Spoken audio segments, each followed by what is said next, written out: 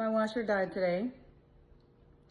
The delivery drivers for the new washer are on their way, so I'm about to start working out, but first I have to empty out the laundry room from the knickknacks and things like that so that nothing's in their way, and hopefully they can just come in, set it up, and get out. So my washer has died, and today is the day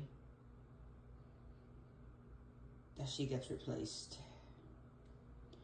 I've already moved everything from here to up here.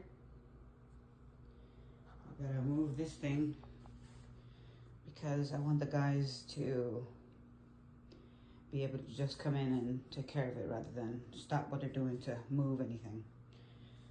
So I am preparing.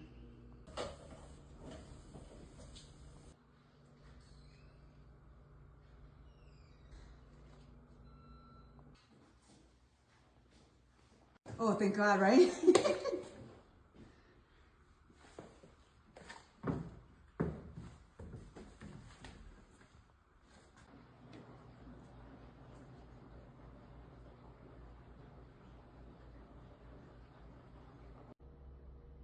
Okay, love you, bye.